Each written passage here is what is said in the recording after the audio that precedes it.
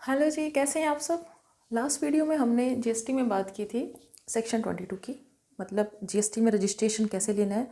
GST में registration section 22 में आपके टर्नओवर बेस होता है कि आपकी जो थ्रेशोल्ड लिमिट है 10 लाख 20 लाख 40 लाख वो क्रॉस हो तो आपको रजिस्ट्रेशन लेना, उसमें सप्लायर के लिए वो लायबल हो जाता है रजिस्ट्रेशन के लिए। दूसरा होता है जीएसटी में रजिस्ट्रेशन सेक्शन 24 में। इसमें ये नहीं देखा जाता कि आपके टर्नओवर कितना है, मतलब वैल्यूज़ कितनी है टर्नओवर की। इसमें जीएसटी रजिस्ट्रेशन लेना मैंडेटरी है। तो ये सारे पर्सन्स हैं, इसमें पूरी लिस्ट है सेक्शन 24 में कौन कौन से पर्सन हैं जो जिनको सेक्शन 24 में रजिस्ट्रेशन लेना जिनके लिए मैंडेटरी हो जाता है। तो पहला होता है कि कोई भी supplier person making interstate supply, कोई सप्लायर है उसके पास कोई ऑर्डर आया, सपोज़ कीजिए वो जो सप्लायर है वो पंजाब में है, राइट। अब पंजाब से उनको एक ऑर्डर आया कि उनको पंजाब से दिल्ली में गुड सप्लाई करना है। सपोज़ कीजिए ये पंजाब में है, ठीक है, ये जो है ये पंजाब में है, इनके पास एक ऑर्डर आया सप्लाई गुड्स करना है दिल्ली में, इसको बोलते हैं इंटरस्टेट सप्लाई। अब ये गुड सप्लाई कर रहे हैं, ठीक है, अब ये गुड सप्लाई कर रहे हैं और इनका नया नया बिजनेस है, इन्होंने जीएसटी में इनको रजिस्ट्रेशन लेना सेक्शन 22 में अभी नहीं लिया क्योंकि अभी तक इनकी सेल 10 लाख 20 लाख से क्रॉस नहीं हुई है, ठीक है। ये सपोज़ कीजिए अभी तक इन्होंने जो ये अभी तक जो इन्होंने जो सेल की है, जिनका सप्लाई किया गुड्स की, वो 5 लाख की है अभी तक। सेक्शन 22 के हिसाब से इसके लिए रजिस्ट्रेशन लेना मैंडेटरी नहीं है क्योंकि वहाँ 10 लाख 20 लाख की लिमिट देखी जाती है। तो पंजाब के इसमें तो 20 लाख की लिमिट देखी जाएगी। तो अब क्या है इसके लिए, अब अगर इंटरस्टेट सप्लाई कर रहा है और इसकी जो सप्लाई अभी तक हुई है वो 5 लाख हुई है, इन दैट केस सेक्शन 22 में तो वो लायबल नहीं है रजिस्ट्रेशन के लिए, लेकिन ये इंटरस्टेट सप्लाई कर रहा है गुड्स की, तो इसके लिए सेक्शन 24 में रजिस्ट्रेशन लेना मैंडेटरी हो जाता है, इंटरस्टेट सप्लाई ऑफ गुड्स। अगर हम सर्विसेज की बात करें, ठीक है, सर्विसेज के केस में सपोज कीजिए एक सीए है, वो अपनी सर्विसेज दे रहे हैं अपने किसी क्लाइंट को, और वो जो सीए हैं वो पंजाब में है और उनका जो क्लाइंट है वो कहाँ है, वो है उनका दिल्ली में, राइट। अब उनको सर्विसेज दे रहे हैं, ठीक है। तो ये नए सीए हैं, इनके पास भी जीएसटी का रजिस्ट्रेशन नहीं है क्योंकि इन्होंने भी 20 लाख वाली थ्रेशोल्ड लिमिट को क्रॉस नहीं किया है, ठीक है। अब क्या हो रहा है कि अब जो ये सीए हैं, क्या इनको इंटरस्टेट सप्लाई पे रजिस्ट्रेशन लेना है, तो आंसर है कि नहीं। मतलब इनको जो थ्रेशोल्ड लिमिट है 20 लाख, ठीक है, 10 लाख अगर वो मणिपाल मिजोरम त्रिपुरा नागालैंड है, तो इनको इंटरस्टेट सप्लाई ऑफ सर्विस के केस में थ्रेशोल्ड लिमिट के बाद ही आपको रजिस्ट्रेशन लेना है, मतलब सेक्शन 24 सर्विसेज पे नहीं लगता, गुड्स पे लगता है। फिर होती है हैंडीक्राफ्ट गुड्स, गुड्स हैं, गुड्स पे इंटरस्टेट सप्लाई ऑफ गुड्स पे सेक्शन 24 में कवर हो जाता है, लेकिन हैंडीक्राफ्ट गुड्स में भी आपको 20 लाख 10 लाख वाली जो लिमिट है वो मिलेगी इसमें, ठीक है। सर्विसेज में भी आपको 20 लाख वाली 10 लाख वाली जो भी लिमिट है वो दी जाएगी, उसके बाद ही आपको रजिस्ट्रेशन लेना इसमें लिए आप उसके लिए लायबल होगे। फिर है कैजुअल टैक्सेबल पर्सन।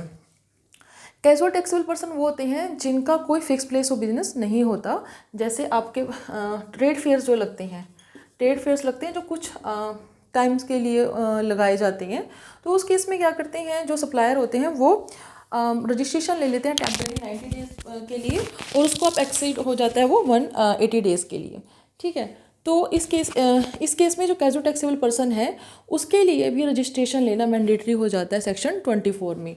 बट अगर casual taxable person handicraft goods को सप्लाई कर रहा है, ठीक है, हैंडीक्राफ्ट गुड्स को सप्लाई कर रहा है, तो उस केस में 20 लाख और 10 लाख वाली थ्रेशोल्ड लिमिट देखी जाएगी, ठीक है।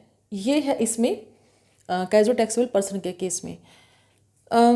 जैसे कुछ जो आपका जो गुड्स को रिसीव कर रहा होता है उस पर आरसीएम लगता है, मतलब जो गुड्स को परचेज कर रहा होता है उस पर आरसीएम लगता होता है, उसको जीएसटी पे करना होता है, मतलब person who are required to pay tax under RCM, जो आरसीएम में कवर होंगे, ठीक है, जो भी आरसीएम में कवर हैं, ठीक है, उनके लिए सेक्शन 24 में रजिस्ट्रेशन लेना मैंडेटरी होता है। मतलब ये हो गए आपके रेसिपिएंट, ये सप्लायर नहीं, ये रेसिपिएंट हैं जिनके लिए आरसीएम में रजिस्ट्रेशन लेना मैंडेटरी होता है।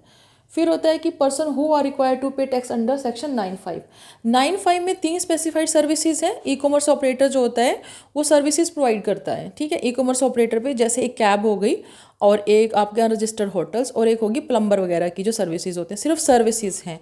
उसमें ई कॉमर्स ऑपरेटर के लिए कंपल्सरी रिक्वायर्ड होता है कि वो रजिस्ट्रेशन ले। तो इसमें जो ये पर्सन है इसका मतलब है ई कॉमर्स ऑपरेटर।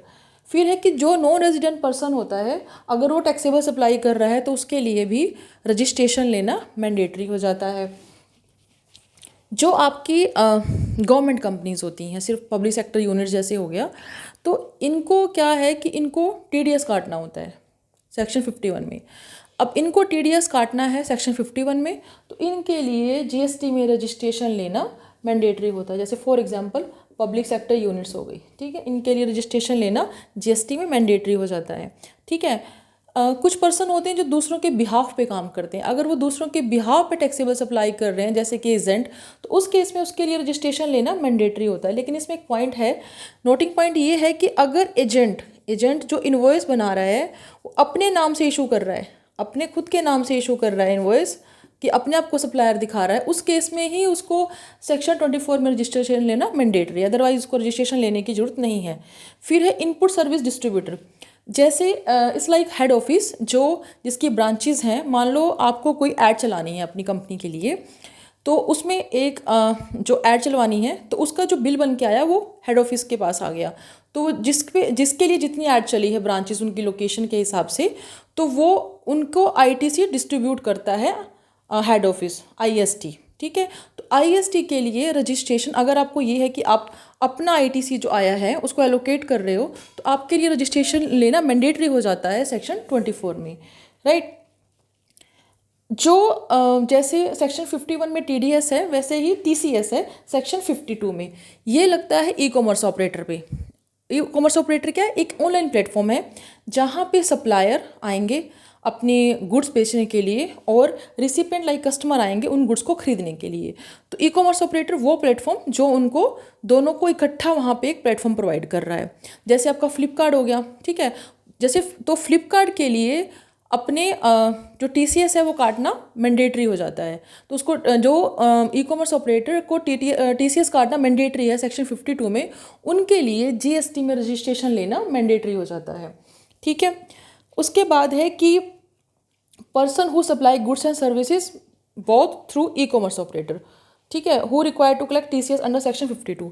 ये कह रहा है कि जो पर्सन गुड सप्लाई कर रहे हैं, सर्विसेज सप्लाई कर रहे हैं थ्रू ई कॉमर्स ऑपरेटर, जो गुड्स सप्लाई, पहले हम गुड्स की बात करेंगे, जो सप्लायर ई कॉमर्स ऑपरेटर के थ्रू गुड्स अपनी सप्लाई कर रहे हैं, उन जो सप्लायर हैं उनको भी सेक्शन, इवन उनकी थ्रेशोल्ड लिमिट क्रॉस नहीं हुई है बट उनको ई कॉमर्स ऑपरेटर पे अपनी गुड्स बेचने के लिए रजिस्ट्रेशन लेना मैंडेटरी है। इसका एक रीज़न ये भी है कि जब आप सप्लायर अब ई कॉमर्स ऑपरेटर के थ्रू गुड सप्लाई करेंगे तो जरूरी नहीं है कि वो इंट्रा स्टेट सप्लाई ही हो सकता है उसके जो कस्टमर हो वो ऑल ओवर इंडिया हो, तो उसके लिए ये मैंडेटरी है कि आप जो सप्लायर हैं जो ई कॉमर्स ऑपरेटर पे जो के थ्रू अपनी गुड सप्लाई कर रहे हैं उनको भी सेक्शन 24 में रजिस्ट्रेशन लेना उनके लिए मैंडेटरी हो जाता है, उन ई कॉमर्स ऑपरेटर पे जो सप्लाई कर रहे हैं जिनको सेक्शन 52 में टीसीएस काटना है, ठीक।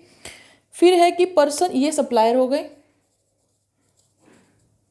Person who supply order for a place outside India, मतलब जो ऑनलाइन इंफॉर्मेशन जो होता है, डाटा एक्सेस रिट्रीवल सर्विसेज होती हैं, ठीक है, जैसे बाहर से आप कुछ भी डाउनलोड कर रहे हैं, कुछ भी आप कर रहे हो, तो वो बाहर का कुछ जो भी साइट है जो भी है वो इंडिया में सर्विसेज दे रहा है और ऐसे पर्सन को दे रहा है पर सर्विसेज जो इंडिया में रजिस्टर्ड नहीं है। रजिस्टर्ड के केस में तो जो ऑर्डर सर्विसेज दे रहा है, सर्विस प्रोवाइडर है जो आउट ऑफ इंडिया है, उसको रजिस्ट्रेशन की जरूरत नहीं है इंडिया में, लेकिन वो सर्विसेज ऐसे पर्सन को दे रहा है जो इंडिया में रजिस्टर्ड नहीं है, तो ऑर्डर को जो सर्विसेज दे रहा है ऑर्डर की सर्विस प्रोवाइडर, उसको रजिस्ट्रेशन लेना मैंडेटरी हो जाता है सेक्शन 24 में। और भी पर्सन्स हैं जिनको नोटिफाई जो अगर गवर्नमेंट कर दे जीएसटी काउंसिल के रिकमेंडेशन पे, वो भी इसमें कवर होंगे, मतलब ये लिस्ट और भी बढ़ सकती है। अभी फ़िलहाल इसमें 11 हैं और बस ये लिस्ट है कैटेगरी पर्सन्स हैं जिनको कंपलसरी है सेक्शन 24 में रजिस्ट्रेशन लेने के लिए। Thank you.